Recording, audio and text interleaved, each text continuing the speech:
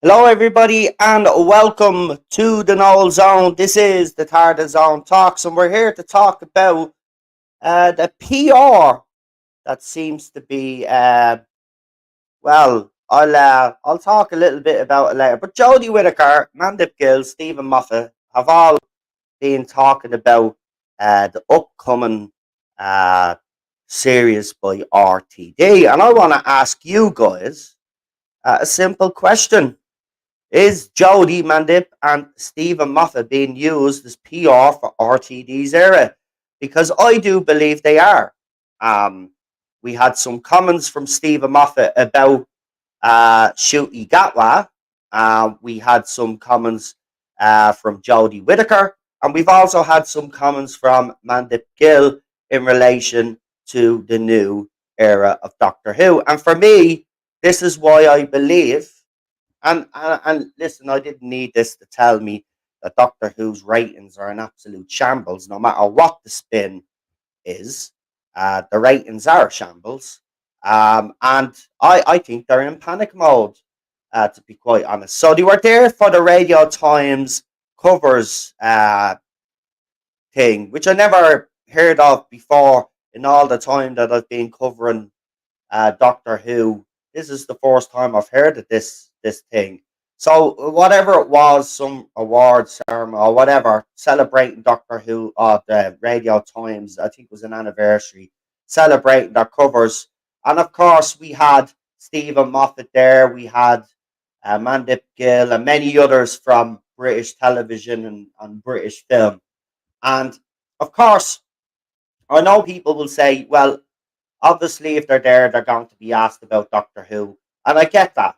I do actually get that, but for them to come out with the stuff that they come out with, I just feel it's a bit forced.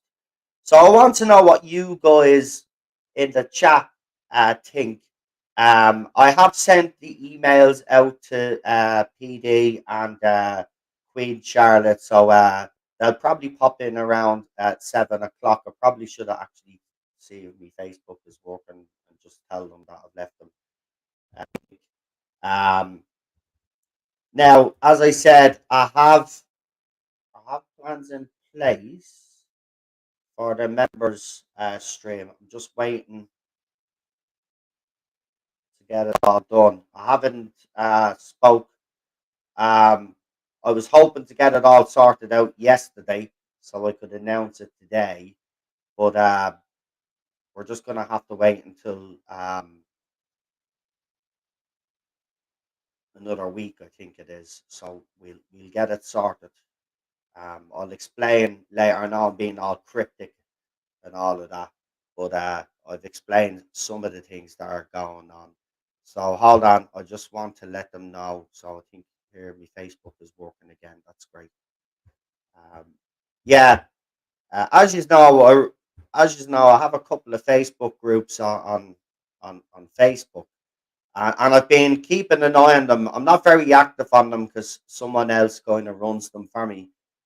I go in and stuff because I'm still the admin and all of this. I get all the reports, but someone posted something that they shouldn't have posted in the Doctor Who group or whatever, but um, it was a post was taken down for some nudity or something, and I don't know. The thing about it is, you can't even see the post that they've taken down, so you don't even get an opportunity to see, right, is it um, a legit report, or is someone trying to have the Facebook groups removed, which is absolutely stupid because the Facebook groups have nothing to do what I do with on here. Yes, I post me videos up there sometimes, not all the time, but it's just for fans to get together to talk about Doctor Who, really, and it's mostly positive. I have to say, the classic group is there as well. So I just can't understand it, but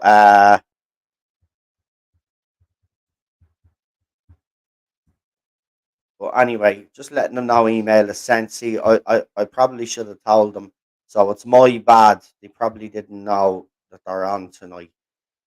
But we're back to normal now anyway. So just let them know anyway. See what happens.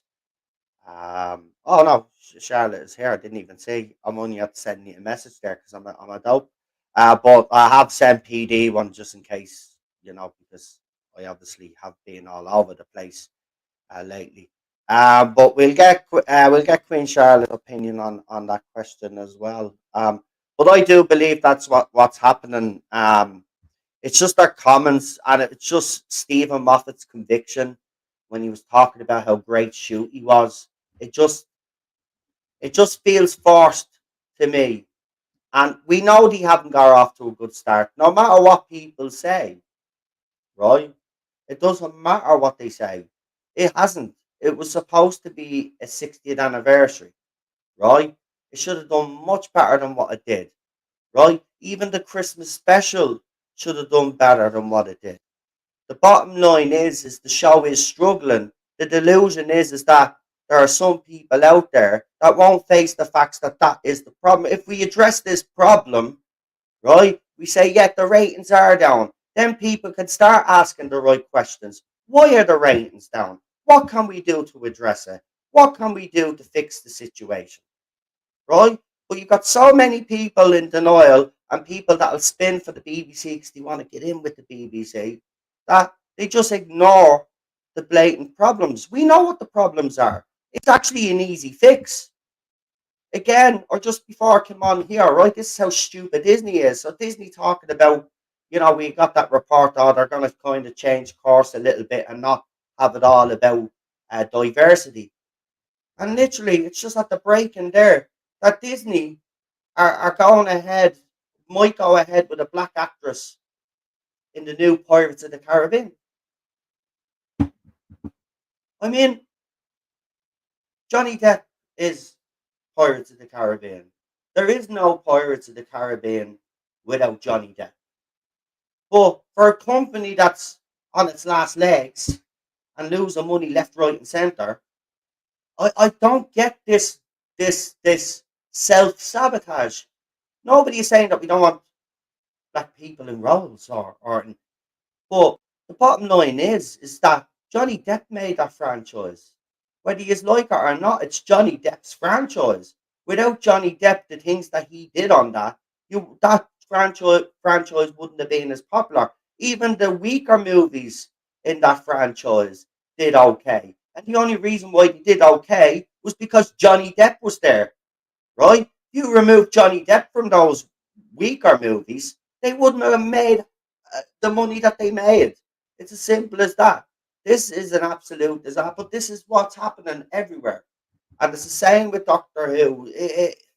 It's a simple fix, but there are too many people out there on the other side that RTD is listening to, and it's just getting on my nerves now because it's an easy fix. It actually is an easy fix. I don't listen. Bottom line is, I'll say it out straight, and I'll keep saying it. Doctor Who isn't for everybody, and I'm sorry, right, if that offends anybody out there, but it's not. That's why there are different genres out there, right? Pick your genre, right? I'm a sci-fi nerd and a geek, right? I love me horror. I love me crime films as well, and I love a good old action movie. And yes, I do like musicals. Right? I'm not going to lie. I'm not one of these blokes that show. I like me musicals as well, right? When they're done properly, right? But everybody, that's why there's so many different genres. There's a genre out there for everybody. The biggest mistake that Hollywood and all these studios are making is they're trying to make all these franchises for everybody. And Doctor Who isn't for everybody. Just like Star Trek isn't for everybody and Star Wars isn't for everybody. And that's not a bad thing, right? It's not a bad thing, right? But it's being made like it's a bad thing. Just make the stuff for the people that it's supposed to be made for, and they'll buy your merch. They will sell out cinema tickets and all of that. But no, you're losing money because you want to make all of these inclusive for everybody. Well, I'm sorry. They're not. What the hell? Oh, hold on there.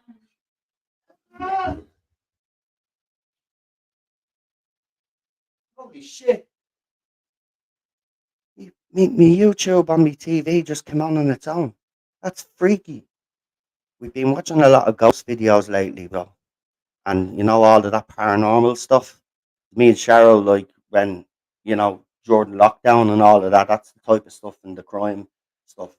But look, going back to before I bring Charlotte on, because I know she's waiting in the wings. But look, the bottom line is this, right?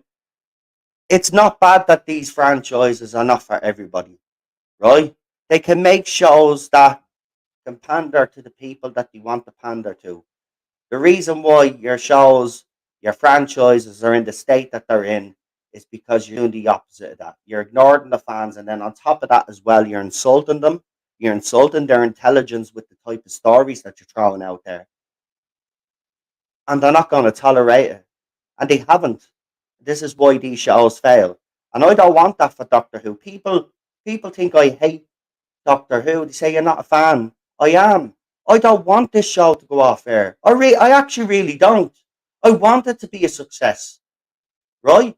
I want it to be a success. And I do understand to a certain extent, if you want to bring in a general audience, you have to kind of do things to bring them in. And we understood that, right? But now there's more of a focus on that rather than the people that you should be satisfying, which is the fans, the people that will go out and spend that extra money on your merch, go out, buy your magazine and buy the audios and everything connected with the show. That's the difference. These people don't. They're more interested in, oh well, is this character binary or non-binary or trans or straight or gay, lesbian? That's all they care about, right? They don't actually care about the character itself. It's what the character symbolizes to them. That's the thing. And this is why I've been going down hard on the other side lately, is because they're just as bad because they defend all of this. And they're supposed to be fans like us, apparently. But they have no problem watching this franchise go down the tubes. And I don't know why any fan would want that for something that they claim to love. I want this show, honestly, my dream for Doctor Who is for it to become the biggest sci fi franchise in the world. And can it be?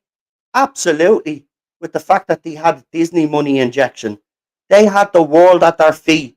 Doctor Who has always been a golden goose, but BBC have mishandled it, and it looks like Bad Wolf Studios and now Disney are going to ruin their chance to make this one of the biggest things on the planet, right?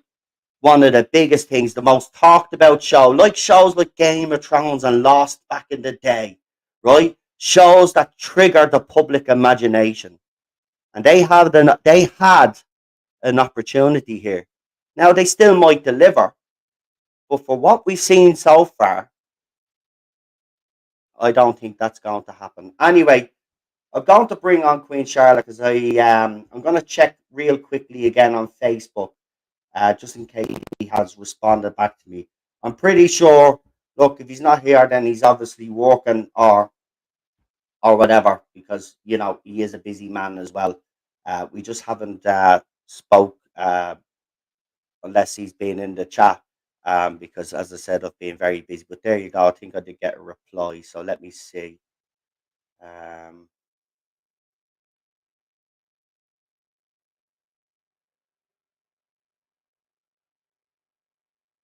my computer is always slow. I don't even have the camera on tonight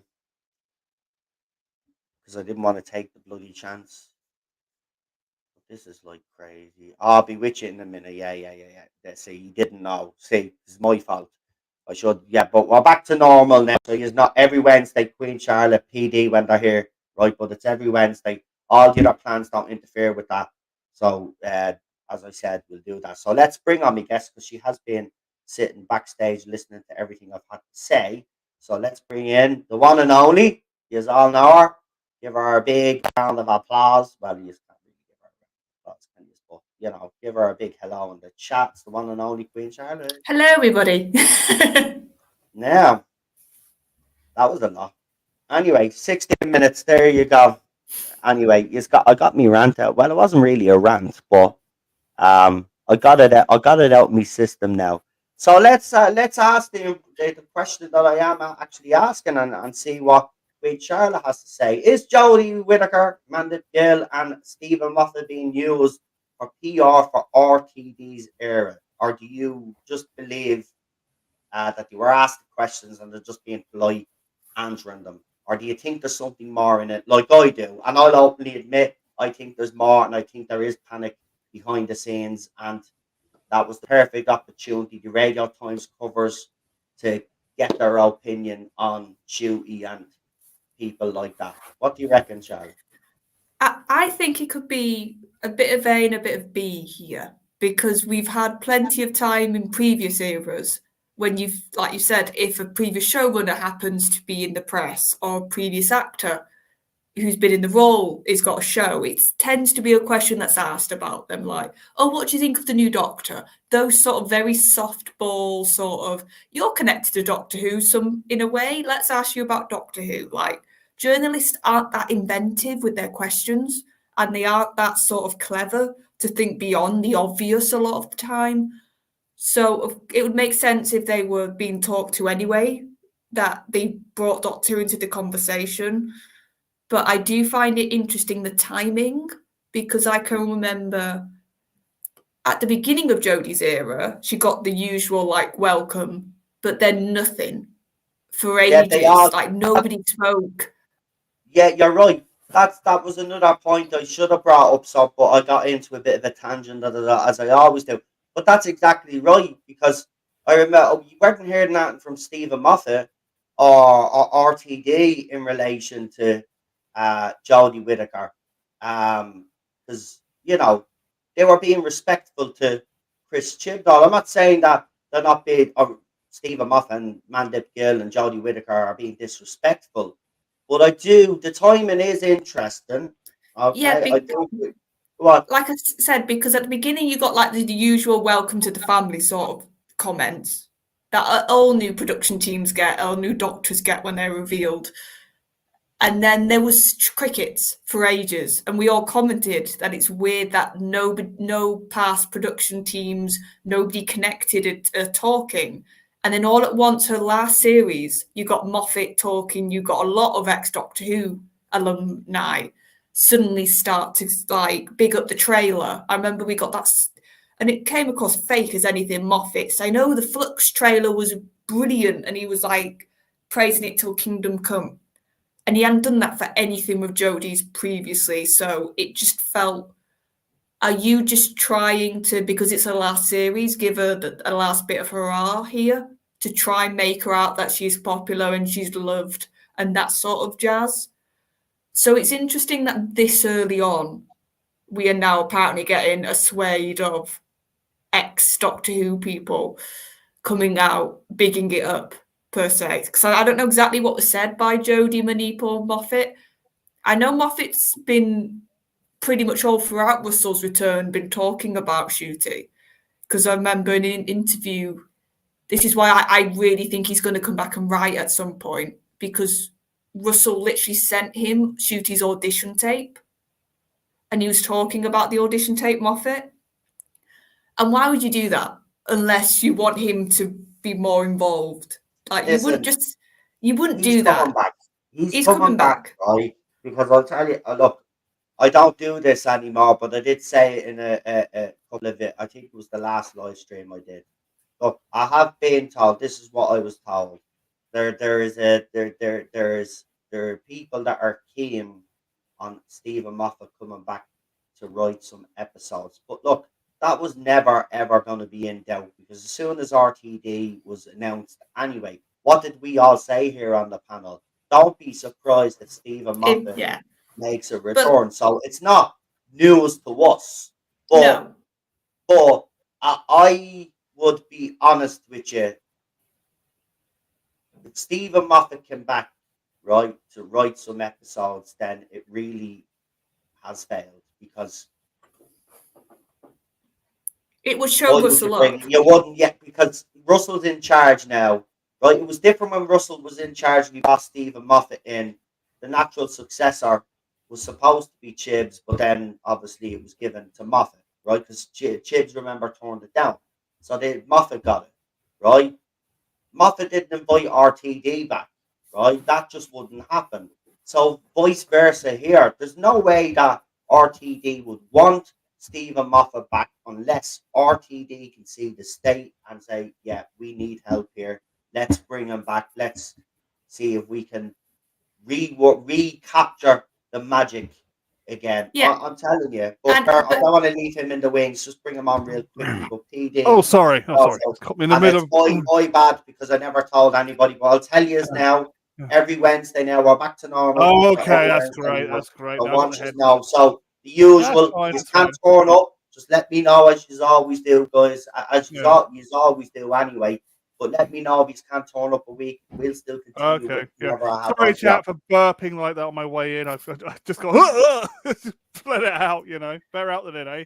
Yeah. So saying, Mark Gatiss was actually the successor, but he turned it down. Yeah, but so did Chibnall was offered the show twice, as far as we were aware, and he was offered a Jordan that time as well. Yeah. But Stephen Moffat, yeah, look, I'm kind of still revising Stephen Moffat era, and it's a lot better than I remember. Oh yeah. It still has its problems. I'm not going to lie, but what I think I might have overreacted back in the day. Like a lot of fans kind of did. But we all did, mate. Look, if he comes back, he's only coming back because RTD needs help, and that'll be a damning indictment. I think of RTD's credibility. Because this is the thing with Moffat. You can tell the way Moffat carries himself in interviews. Whenever he does interview, his TV, it doesn't care about politics. That's not an interest of Moffat. You can tell he's not a writer that sort of. No, he just wants to tell stories. It's the one. Somebody's got an echo. I don't know who it is. Check my settings quickly. I'm on a headset, so it's hard for me to get echo. Am I echoing? No, you're fine. Is it me? Might be. I don't think it's me. No. Can't be me. I've got headphones. I got a headset. Yeah, see, you two have headphones and headsets, so I've got my mic, and my mic doesn't echo because I even have the noise cancellation thing on. So we'll carry on. It should probably fix itself. So Moffat doesn't care about good story. So I think just by that basis, if he was to come back, I just think his episode would naturally show a lot of what Russell's done up, and I think I completely agree. He would, but it would be it would be a need. It would be a necessity, him coming back. It wouldn't be because the show's sort of, let's give Moffat an episode. It would be completely what you said. It would be, we need a solid writer. We need somebody who can deliver pretty much without us having to handhold him, having to worry about the quality of the script. He could pretty much just give him free space and it'd be fine. So yeah, but like I said, for me, it's the timing of this now that we've had a whole swathe of isn't Shooty or the current era brilliant comments, because I don't know exactly what's been said. So, and I agree with you, like the 60th figures, I think really surprised them. I think it shook certain bits of the production team because they really thought they were going to be like a guaranteed massive hit because they had Tennant, they had Take Back, they had a lot of money. We've all said that the 60th looked quite good when it came to effects and the sort of scale of it in bits. It looked big again. It looked sort of blockbuster again. So they probably thought, this is going to do gangbusters. Yeah. And pretty much on the overnights, they lost figures every special. And then the consolidated also went down. So that should have been a launching pad for Shooty. And on the night, it was got 5-point-something million, I think, which made it good on the night. But that's not. But then if you take that in a bigger picture, basically, of this is a first Doctor's outing, this is a first episode for a Doctor. his figure was tiny compared to pretty much every other Doctor before him. Yeah. So as a first episode of a Doctor in that premise, which I think is the more important one to look at it, honestly, it failed completely with the viewing figures. And the fact that it took them how long to get the consolidated figures out for the Christmas special? About 5 weeks, it felt like, before we got consolidated figures. That was that for me. That was another big sign of their panicking. They are trying to like scramble to get these figures to be bigger. Because why would you take that long to get those figures out? It was ridiculous. Right, I found out exactly what Moffat said. So he said, Stephen Moffat praises Ncuti Gatwa's 15th Doctor, stating that he has the command and presence of a classic Doctor while bringing a funky new element to the role. He also said as well that he commanded the screen and he loved the part where Ncuti's Doctor ordered David Tennant's Doctor out of the TARDIS. Moffat's positive review of Gatwa's Doctor adds to the excitement and anticipation for the upcoming Doctor Who season 14, with viewers eager to see more of the actor's performance. And that's why I believe this is all happening here, right? It's because when Moffat speaks, let's be honest, when Moffat speaks, we all listen. We actually do. Fans, we listen when Moffat speaks. The fact that he's coming out and saying all of this. Now, I'm gonna say this though. How can you truly judge Stephen on Ncuti's performance when we've only seen him twice?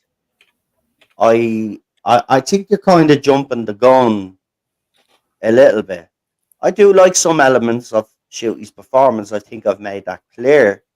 But this whole funky, the way you even said it, because I've actually heard the audio, the way you said it, you don't seem to be convinced to me. If you actually hear what he says, it's different than reading it out.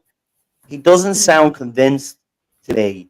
But when Stephen Moffat talks, Radio Times, obviously it was them that put out the article as well.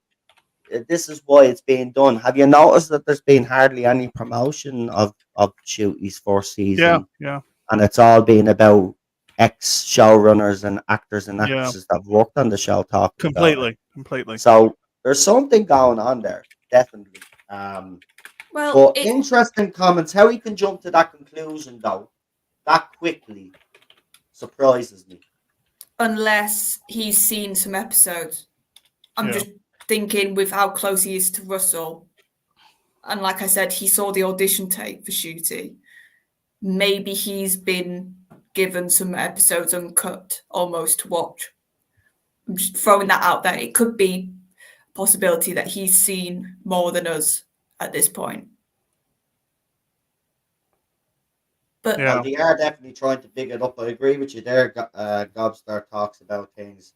Definitely. Hi, Gobby. Which wasn't happening under the Jodie Whittaker era, is what we're trying to point out here. I mean, we didn't. Not till right at the end, no. Yeah, it was only right at the end when they knew that she was gone.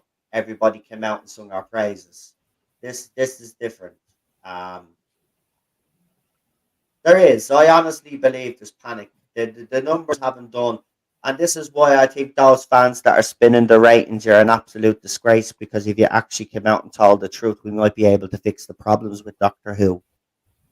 And it's not that we want to exclude people, but Doctor Who should go back to basics and go back to being a sci-fi show and written intelligently and have character development that's worthy of the people that are acting those characters, and have great and clever stories and subplots and all of the things that we're used to as Doctor Who fans. Remember, it's not about the flashy CGI and all of that other stuff with Doctor Who fans.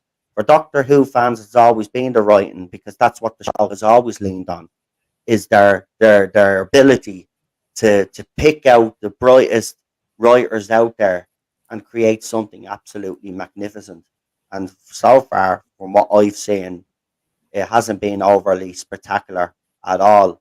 If I'm being honest with you, what we've gotten so far has been pretty average. See, I've got a question then linked to what we're talking about. Do you think that's why we got that ridiculous clip show of a trailer then? Because they're nervous about doing a full-blown trailer? Well, if you look at what we in now, we're in February, aren't we? March, April, May. So in 12 weeks, the show is going to air, right? Shouldn't there be a lot more promotion with 12 weeks to go? Yeah. Well, here's the thing with that. I agree with you. I think that trailer, I think they are very nervous, Charlotte. I really do. I think they're nervous. I think they're afraid to throw out a full trailer because I think what they've probably done is really invested in the message, and they can't actually get a trailer that's going to entice the fans to come and watch. Well, because there's two things that sort of makes me think about, like, if we think back in the day with Russell, we'd get like a Christmas special, and we would get a full-on, here's what you're getting in the next series trailer. Like, they were proper meaty trailers. I can remember them. That's what was the excitement of the Christmas Day show. You'd go, oh, we might get our trailer right at the end, or it might be a couple of days afterwards, but we'd get it pretty soon. I've got a memory in Russell's original run. And it would tell you a bit about the story, it would show you a couple of monsters and a bit of the companion doctor dynamic. That those are the main things you'd get in the trailer. But what they put out, I was like, I blinked and I felt like I missed it. It was just like some random collection of clips with no real like thread throughout them. No real sort of substance. Yeah, it was just like this. It was almost like, do you know now which I don't understand this thing we've got with trailers now, that you get a preview of the trailer and then you get the full trailer. Like what did I watch? Even though it's going to be really good, Ministry of Ungentlemanly Warfare. Oh yeah. And like before that, you get like, here's a tiny teaser, and then it says trailer starts now, and you get the full trailer. It felt like that bit at the beginning you get now, and though it's like the pre-trailer to the trailer. And it was just like, and the other thing was, you filmed all of this first series. Yeah. In his second series. So yes, it has to be post-production, but you're telling me with all that footage you couldn't do a proper trailer?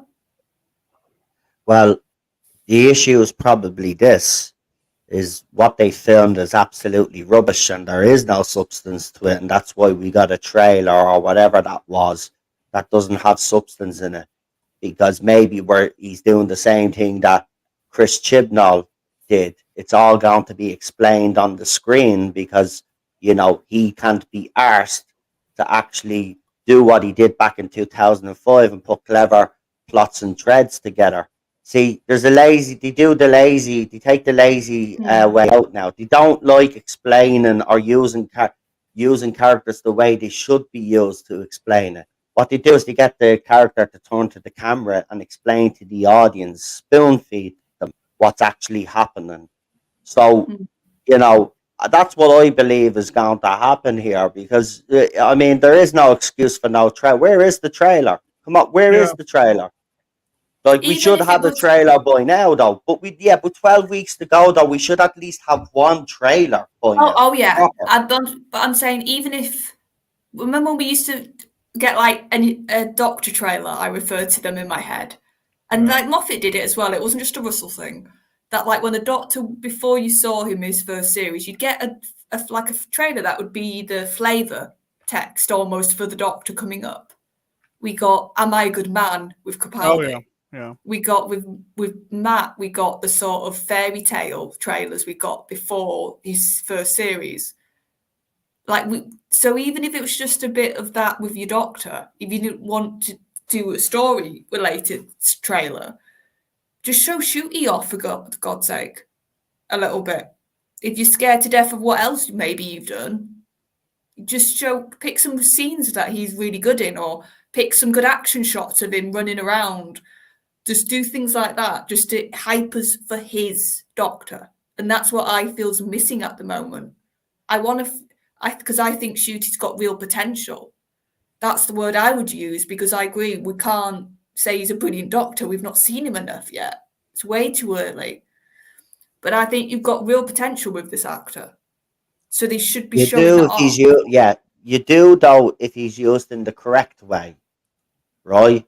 If he's used to just push a message, then Ncuti is gonna, his personality and everything that would make him a good Doctor. We've seen glimpses of it. He does have potential. I agree with you, but that potential will be all ruined if they tokenize his Doctor, like Chibnall did with Joe Martin's Fugitive Doctor. He tokenized that Doctor. That's the bottom line. Let's be honest about it.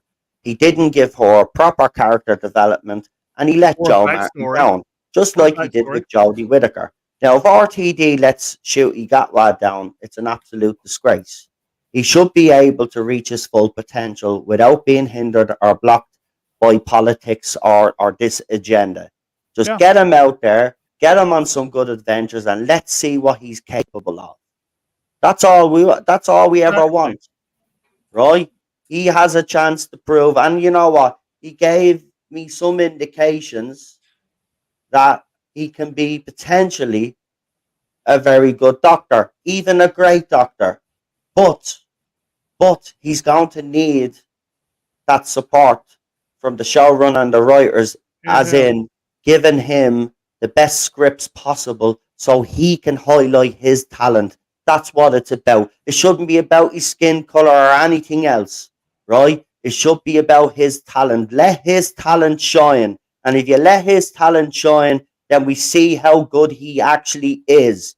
And if Chris Chibnall had done at least half of that with Jodie Whittaker, we might be sitting here with a different opinion. Yeah. I doubt it, though, very much myself, because I never really liked her as an actress.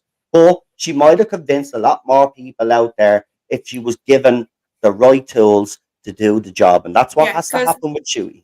Because I think what would be brilliant for Ncuti's Doctor now is do a trailer which shows that sort of gravitas possibly he could bring. Or that sort of, because one of the things I quite liked, like the sort of the bits I saw of it, because like I said, early days yet with him, he seems to be able to portray to me sort of the age at times quite well of the character, the sort of the breadth of experience the Doctor's had in his life at this point. Basically, when he's allowed to be quite serious in his acting, and when he's allowed to sort of channel something quite raw, he seems to really shine in those bits so far. Like at the end of The Giggle, I quite liked that conversation he had with Tennant's Doctor. I thought he showed, when he was talking about having to basically, we have to stop, and one of us has to be the one to take stock of our life and sort of process everything we've been through, because that's the thing with the Doctor, especially in modern Who, this idea of always running, never looking back. That's been a common sort of character trait. So I like that idea that he was basically saying to Tennant, you need to be the one that takes that moment to stop and reflect and process, and I'll be the one to carry on. And that whole speech when he's like, we've been exiled, and he talks about it. And I said this with Cinnamon and PD last night. Yeah. The line that impressed me, actually, and I don't know what you two felt, be intrigued if it got you anything like it got me, when you went, we've lost Sarah Jane. Just think about that. And the way he delivered that line, I bought that he adored Sarah Jane, like any other Doctor that's had a life with her. And that he could buy that hurt, that he's lost her, and that's what his life is. It's about losing people almost at this point that he loves. And Ncuti delivered that in that moment for me on screen. So they really need to channel those bits, I feel. What do you two think? Yeah, I think you're right. I should start challenging that. Quite frankly, I just personally, I just think because it's just making it too much, just too much LGBTQI propaganda in this series. For me, right, I get what RTD wants to do there, right? But for me, all of that hurt, all of that burden, Yeah, as you call it, is part of the doctor's makeup. We can tell that his doctor is going to be more in touch with his feelings and maybe a bit more freer than most doctors and unburden himself and release those shackles. I don't really think that's a good idea personally because you're taking the edge away from the doctor. And I get what they're trying to do. You want a doctor to finally, take stock, and enjoy life a little bit, like Tennant's doctor. I get all of that, but why? But why does it matter? Why now? I don't get that. Should again, it all this whole boy generation thing oh yeah, annoys yeah, me. But the simple fact Same. is like he should be able to be his own doctor. And I think having Tennant's doctor lurking in the background now, all the other doctors lurking in the background. I don't. It's not fair to Shooty. Shooty should have his moment like everybody else, and not have to worry about looking over his shoulder if it goes wrong, bringing one of these lads back, or bringing Jodie back, or whatever. It's just not right. I don't like this setup. I yeah. don't like this plot line. I really don't. It's irritating me so much because it's like you make such a big deal about Shooty being cast, and then everything you seem to be doing seems to me to be a hindrance Antithetical. of Yeah, letting him excel and see him grow for the next few years. I just they have to get rid of this boy generation crap. yeah. If this is his way of explaining the timeless children nonsense, I don't want it. We don't want the timeless children either, right? You need to listen to the fans, right? We don't want this. And if you're gonna cast Shooty, well, give him a fair bit like everybody fucking else. Exactly. Yeah. Or what's the point? What's the point? It's not no. Exactly. I get what he's trying to do, and it is sweet in a way that Tennant's doctor can settle down now and and have that family that he always wanted. But I'm sorry, right? That's the course of being the doctor. You don't get that shit, right? You don't get it. That's the bottom line. I'm sorry, it's a cruel, cruel universe. You don't get it, right? You meet people along the way and they become your family for that time. And yes, it is hard when you lose people, but you move on. This whole thing annoys me to hell. It strips so much of the doctor away. True. It really does. It's part of his makeup, his DNA. It's what drives him. All of those losses, that's what drives him. True. Keep doing good out there, and you strip that away from him. It makes no sense to Got me. a character with no drive now. That's It it. makes no sense. It really doesn't. It's not worse than the timeless child, right? It never will be. But it's fucking up there. You're Yeah, taking it gets away worse the every thing that season. drives the doctor. It's the one thing that makes him. I'm sorry. I know people want the happy ever after ending, right? I would love there to be an episode where he was able to go back and meet his original family, but he's never going to, right? Because it's a cruel universe. The universe is cruel, and that's it. He moves on and he uses that. He uses that, right, as fuel, right? That's what makes him what he is. Exactly. Like, you That's the take that core of away from him, character. and he's not the doctor. I'm sorry, but he's not. What is he then? He's the Bohemian Some now. bloke The in a phone Bohemian. box that just travels the universe and gets into the odd scrape. It'll be meaningless. Yeah. That's just me. But Space Bohemian, that's what he is now. that's what I think about Charlotte, but that's a great question. Thank you for asking. Sorry, I went on a bit there, Charlotte did a little bit of research last night and found out from the Target novelization of this. What actually happened is it's almost like the like David Tennant's Doctor is like a husk from what do we call it, Ghostlight now, where they treat it in the end. It's weird. Well, we were chatting. We were like, oh yeah, because the novels are out now, so maybe he's added more in the novels because that can happen sometimes. Books, like maybe he's actually explained the bi-regeneration thing a little bit, and what he's done in the novel is he's basically made it more muddy what actually happened, and some of the choice of words in the book. Like PD said, he literally, when it's odd how it's written, but I've found extracts basically that people had put online, and the way Tennant's Doctor's talking, he literally uses terms like "I'll fade away" and "Oh, am I like being reabsorbed?" and something not too dissimilar from Husk is said as well. Josiah, he's kind of like he's Josiah now. It's weird, and it's just like,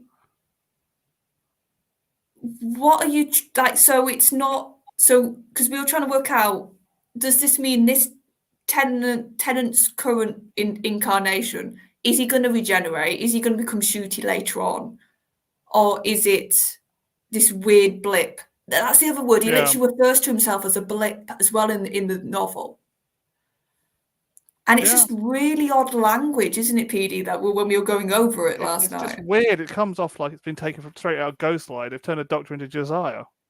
Or is it just the fact that RTD is actually a clueless hack and didn't know what he wanted to do with it? And again, it's just another big mistake or another screw up by another showrunner who doesn't know what they're actually doing. Listen, if you wanted to do your own thing, you should have left all references out of Chib's era. As soon as you chose to reference, you were leaving yourself in a bit of a situation, right? Yeah. Because even Chris Chibnall couldn't explain the timeless child nonsense and all the other stuff that came with it. And you're not going to be able to figure it out, right? And this was your solution. And it's a piss poor one, if we're honest, right? It kind of, it makes me laugh in a way because you as I said, you bring in Shooty, who's a talented actor. Yeah. And then you go and do something like that, and then all the other doctors are. It just seems disrespectful to me. And I said at the time, it seems very disrespectful. It's like, well, if Shooty fails, it's okay because we've got the others lurking in the background. And if you have to think like that, then there's definitely problems. Yeah, there's definitely problems. He should have been allowed, like when a bird leaves a nest, to spread his wings and become his own doctor. But then you take elements that make the doctor out of his character, then he's not going to be really the same character either. So I mean, it's just one. Look at, he could prove us all wrong in May. I highly doubt it, but he can prove us all wrong in May. I hope he does, because I want to be sitting here every Saturday night praising Doctor Who. It'd be great to come on and actually praise Doctor Who all the time. God. But we'll see. We'll see. So far, no. But here, it's not part of what we were going to be talking about, but I just want to bring it up briefly, because we're going to be wrapping up soon. But wanted to bring this up, and I wanted to get your opinion on it, and you guys in the chat as well. So I'll remove that banner there because that's irrelevant to what we're about to talk about now. Now I'll give my opinion. I'll do a pre-record on that, and I'll throw it up tomorrow for you guys. But I'm going to get Queen Charlotte and PD's opinion on this. So this bit of news came out today, and my response, I'll tell you what my response was, but I'll get you your opinion on it. But I'll go into a little bit more detail when I do the pre-record, folks. But Where is it? It shouldn't be too far down the thread. It's somewhere here. Hold on. Right, here it is. So Radio Times posted this. It is yesterday, and he says the Doctor Who Blu-ray short films to be rested. Producer confirms. Right. So my response to that was, no, let's tell it as it is. The classic short films have outperformed new Who trailers, and this is the real reason, nothing else. And Pete McTeague is a better writer than the current showrunner and his team of writers. But what's happened is they released a trailer recently, and it went off the charts. Right, it ended up having more in one day, had more views than the trailer that we were discussing earlier, Charlotte. Right? Yeah. So now all of a sudden they're coming out. Radio Times are saying, "Oh, the producers come out." So Pete McTeague has come out to say, "Oh, they're being rested." Right? Now they're not being rested for financial reasons. Right? They're being rested. Okay, now we do know Big Finish and stuff like that are in trouble, but Blu-rays are completely different, right? The bottom line is the fans have spoken, right? They would prefer to see a 5 minute classic short film on a Blu-ray story or a box set that they grew up and loved and is outperforming anything that they've put out in relation to this new era of Doctor Who and their little videos explaining regeneration and stuff. So that's the reason I believe that these trailers have been stopped. But I'll ask you guys, what do you think of that decision? I think that's a strange decision when obviously those trailers have generated so much attention, Charlotte, which would mean you're generating a lot of interest in the Blu-ray. To see them suddenly stop, it seems like a strange decision. What do you think it is? Well, I'll sort of say another thing that I find strange, and then my sort of theory.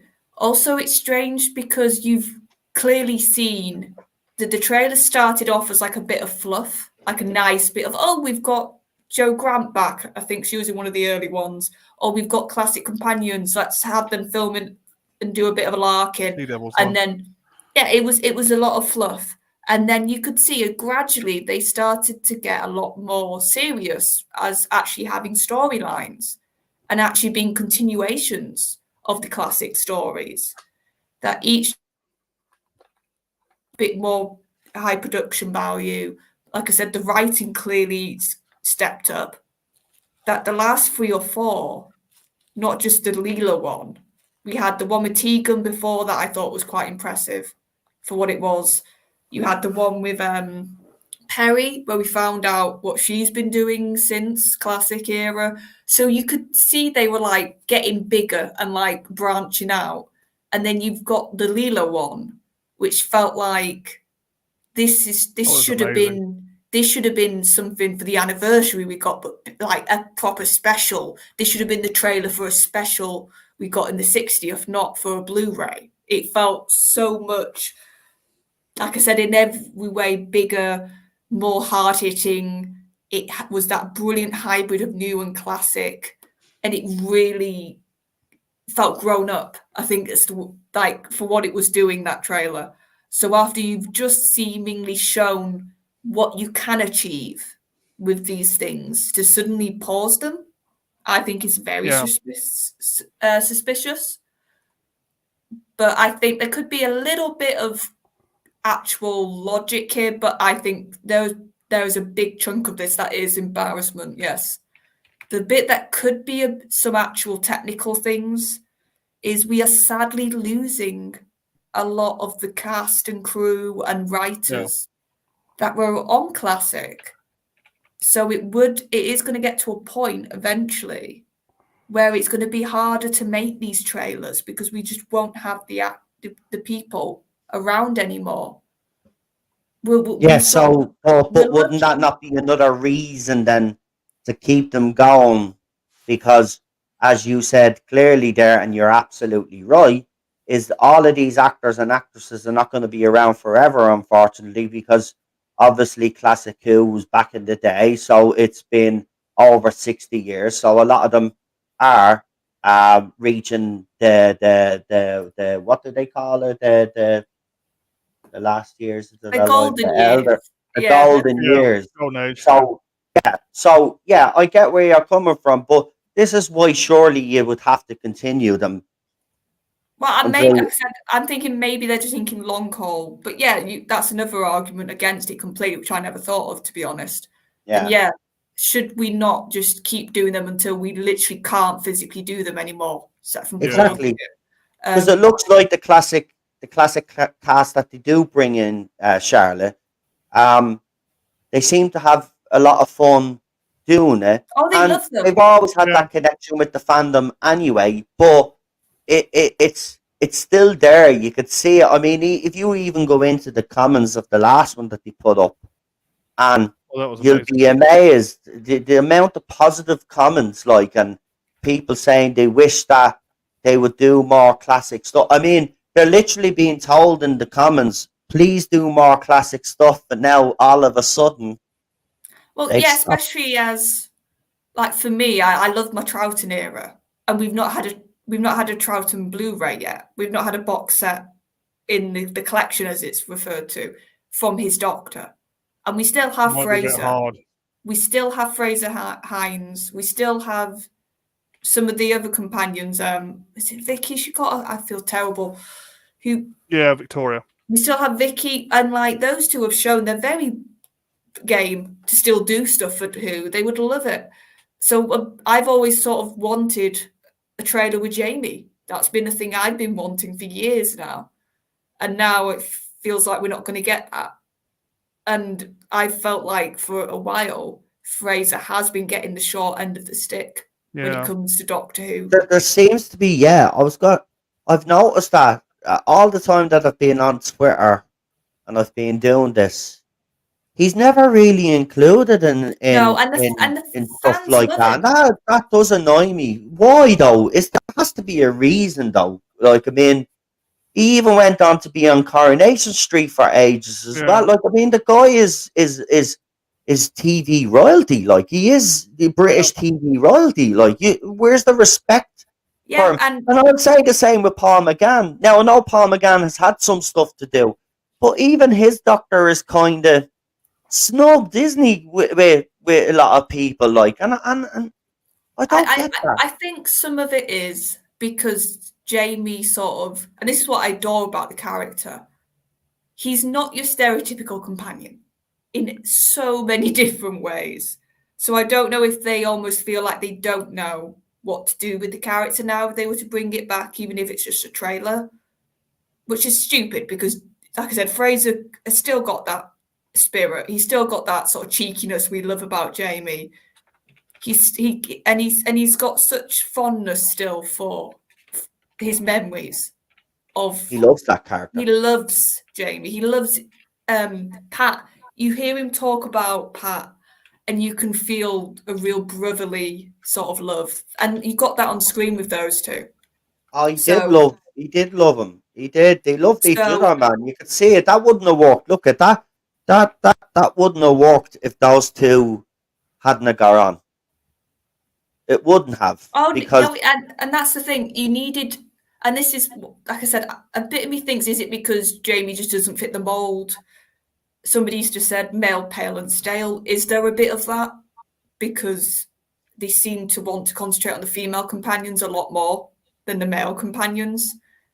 That just seems to be Jamie.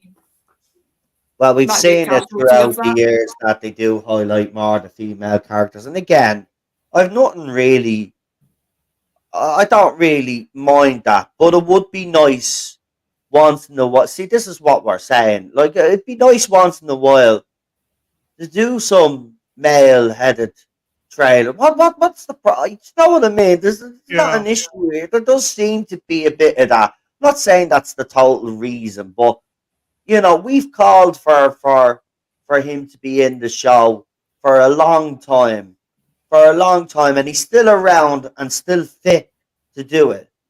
And they always seem to bring back, even in the, you know what? If RTD is already bringing back classic Who companions.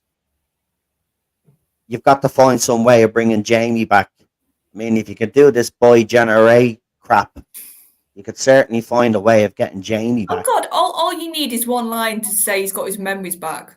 I think that's even been established in the TARDIS stuff now, that he was remembering. He talked about his history with the Doctor, so he's remembered. So you can just bring him back. So, yeah, but what do you think, PD? What's your thoughts? Yeah, it sounds like vanity from the RTD or a licensing issue to me, but I don't think they should be rested full stop. I think they're really good. I mean, but you are right, though. You two are right. They're doing very much female companions over male companions. So I know there hasn't been as many male companions as female companions over the years, but would be seen. I see one with Turlo, or Adric, or as you said, Jamie. But as I said, problem is Series 6 is the only one they can do for Blu-rays, and there's 3 episodes of Space Pirates missing and a couple of reconstructed episodes in there. It's the only problem. But they've animated quite a bit of Troughton now. So they need to do 3 episodes of Space Pirates, really, before they could release it. It might force their hand to do it, actually. They could do Series 6. Might force their hand, actually. It is a strange situation, though. Yeah. Because I do like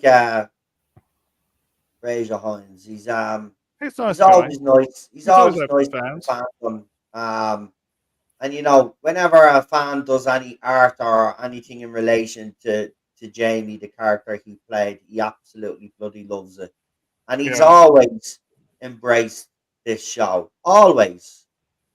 He's never really been one of those actors or actresses that's been on the show that didn't have time for fans. He's always had time for fans. And, I think he should be rewarded for that, really. And he deserves it too, because, Jamie is, it's mad to me, even when Doctor Who came back in 2005. And then I remember when Sarah Jane came back. And even then, I remember, please bring back Jamie. Like, he's always in the fans' consciousness. He's never left. It would be amazing. And as Charlotte said, if they've kind of explained that he's getting his memories back, well, why not do an episode where it features that, where it slowly and then bumps into and everything comes flooding back like a flashback or something. Just, it would be an amazing moment for us type of fans anyway. And for Charlotte, who has gotten into classic Who and watched some of the stories as well. We do love Troughton as Doctor on this channel. We've done a lot of these stories. We love his Doctor. He's great to analyze his Doctor, but Jesus, man, but they won't. This is Gobby's there. It's not about pleasing us anymore. Anyway. I mean, no, but please themselves. That's the problem now. You can dream. Unless someone has the money out there to buy the show, outright just buy the show. Elon. Elon. Yeah, he's thinking about Disney. Elon the Crusader. Once you've done your Disney stuff, coming up with Doctor Who. Yeah. Or just, say to Doctor Who fans that you give it to the fans or something, buy it, and then give it back to the fans, and then maybe we'll do something with it or something. Yeah. If I had the money myself, I'd buy Doctor Who, and I'd get the right people in to actually turn Doctor Who into the biggest sci-fi franchise in the world, because that's the ambition I would have. Yeah. For the show. And if you don't have that ambition for the show, which I don't believe any of the showrunners have had, well, Moffat to a certain extent, but budget constricted him quite a lot. Yeah. I think BBC meddling, we learned later on. Yeah.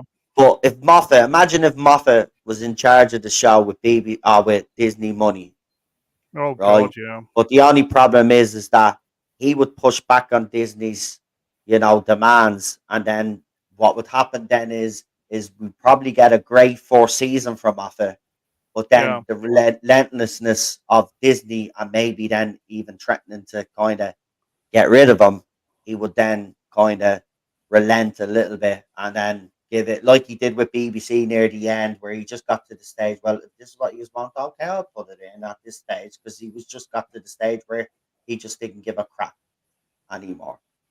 But I don't know. May is not too far away. 12 weeks, folks. Yeah. 12 or 14 weeks. We'll find out how good or bad this show starts off. I do wish Shooty the best. The Millie Gibson situation is still not being resolved. We don't. I mean, again, I don't. We're finishing up, but I'm just going to say this on the whole Millie Gibson situation. BBC press office, Bad Wolf Studios, or Disney, whoever is in charge of putting out statements. I think it's bang out of order that no statement has been made after the reports, and then after you guys actually put out official snaps of the new companion. I think it's highly disrespectful to Millie Gibson that you're dragging this out if she is gone. Right? We'll find out what you'll say on why she left, but a lot of people believe she was pushed. But the fact that you have stayed silent on it is an absolute disgrace, in my opinion, and you're letting the story fester on. I mean, no the way they're putting out no information about this, what are we supposed to think? Seriously. Exactly. And that's my point. Yeah, they're actually adding to all of this. But you know what? I was actually thinking this is probably exactly what they want. Because it keeps everybody talking about Millie Gibson and whether she's on the show or not. And unfortunately today, to all of these idiots that run PR, any sort of PR is good PR. So it doesn't matter that, you know what I mean? Which is absolutely ridiculous. Yeah. If you're going to do PR, then do proper fucking PR for the show. Even if stop it damages your stupidity. Brand, yeah. Right? If Millie Gibson has left the show or she was pushed, it doesn't matter. Right? At this stage, a statement should be made to say that she will be leaving the show. Right? And the fact that the actress has come out herself and said, "Oh, there's a big twist." Oh, you mean the big twist that you're being kicked out? We know. The papers leaked it already. But BBC haven't got the decency to come out and actually protect you and put out a statement. And that's what they would actually be doing with a statement. They'd be protecting the actress. Right? But they seem to not care.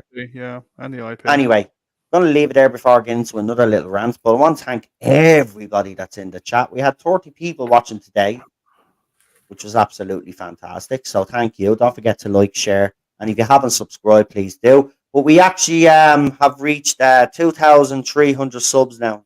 That's good. Been trying to get to the 300 number for ages and ages and ages. But we got there. So I want to thank everybody that has subscribed. Make sure that you're still subscribed, by the way, because YouTube is screwing me over. So they limited me last stream that I did. And all we were talking about was Stephen Moffat. So, the BBC are still, or whoever, still targeting this bloody channel, which is absolutely ridiculous. Get over it, right? Don't like is our show, right? So do better, and then I'll come out and praise it, okay? And I'll be the first one standing in line to praise the show if I think the show is good, okay? So bottom line is, cut out the crap, right? Cut out the nonsense, cut out the politics, and just go back to basics.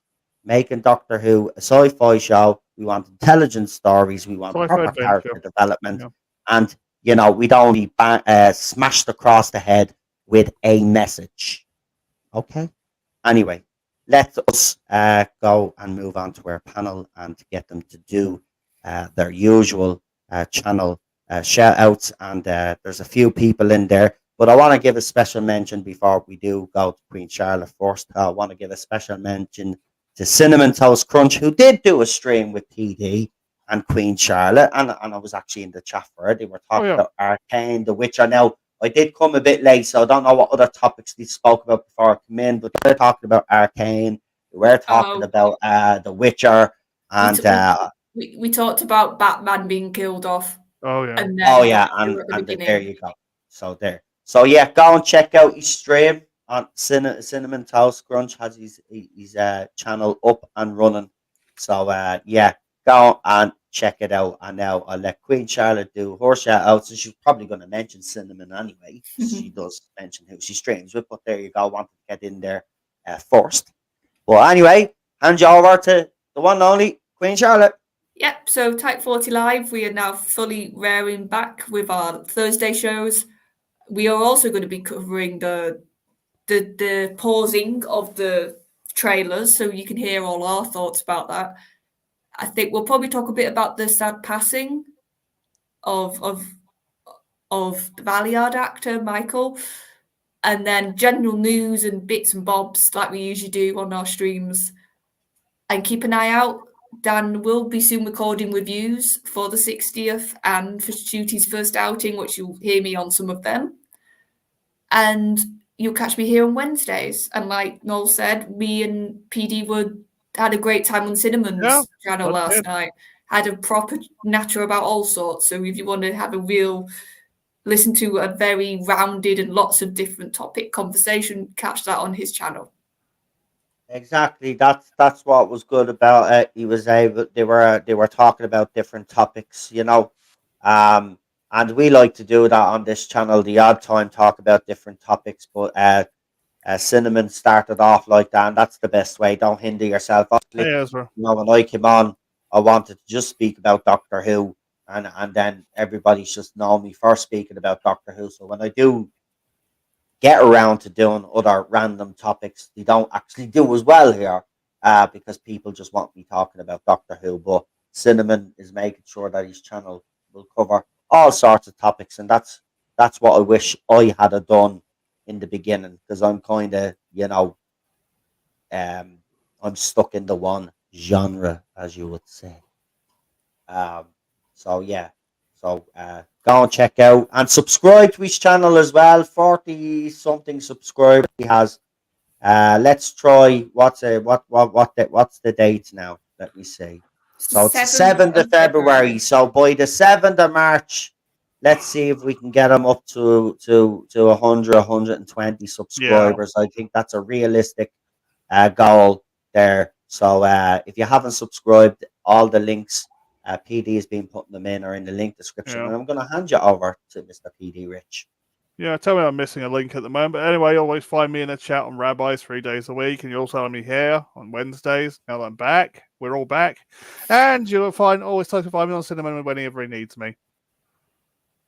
There you go. The rest of the links are in the chat. There you go. Yeah, and there's the usual people in the chat as well. And yes, we might as well, which Queen Charlotte rightly highlighted, was the passing of the Valeyard actor, sad. Michael Jason, who just Jason, Jason.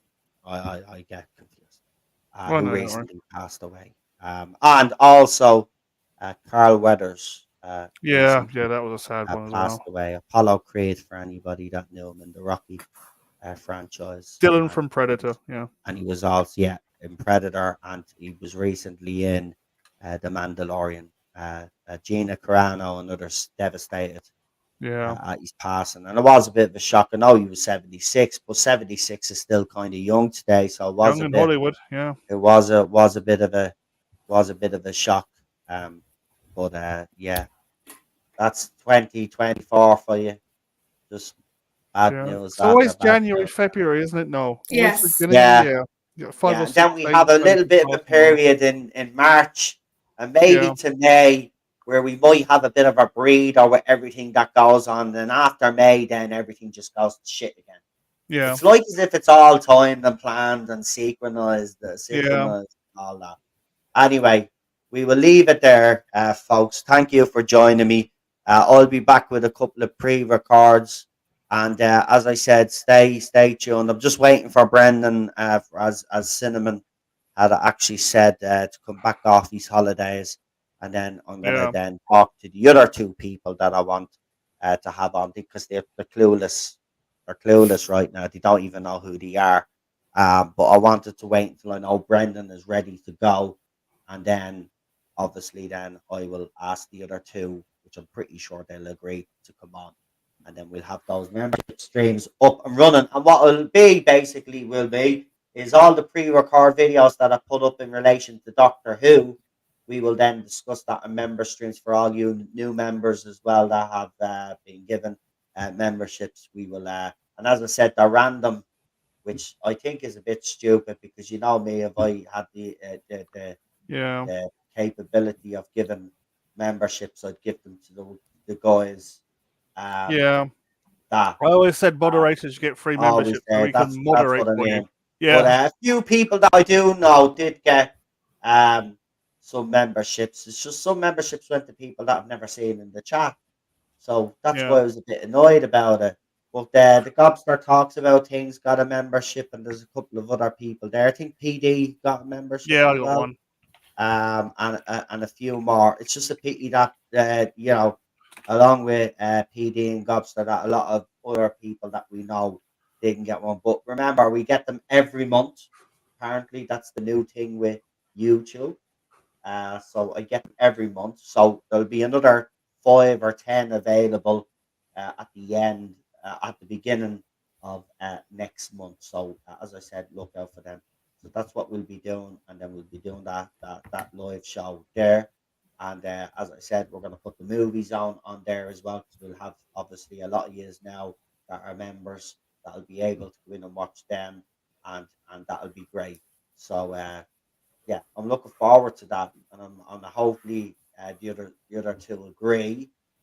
And then we'll have a nice little panel, and then we'll be able to move forward. With that.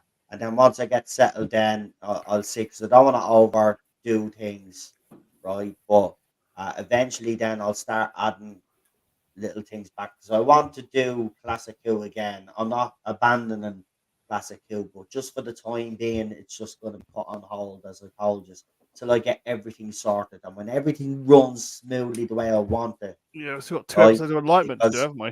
Because I've put a lot of planning actually into this now over the last couple of weeks, because Cheryl's been saying it to me, I have to be a bit more organized and all of that. She's been helping me organize. So when I get everything the way I want it, then, and everything is settled and everything goes off without a hitch, then I'll start bringing back Classic Who's on and stuff like that, because I want to continue doing and talking about Classic Who, because it's Classic Who. Anyway, I'll wrap up there. Thank you for joining us. We'll see you, as I said, we'll see you next Wednesday for this stream. I'm pretty sure we'll have plenty to talk about, because it is Doctor Who after all. I'm pretty sure there'll be more PR spins coming. You know, I just wish, look, if I was to say something to RTD now, this would be my message to you. Don't fuck this up. I think we're all hoping that. Yeah. Totally. I have to say it, sorry. And if there's any kids listening, I do apologise. I do have a bit of a potty mouth, but that's how angry I do get about the show that I love being destroyed. So, you know, if they did better, I wouldn't have to use any bad language.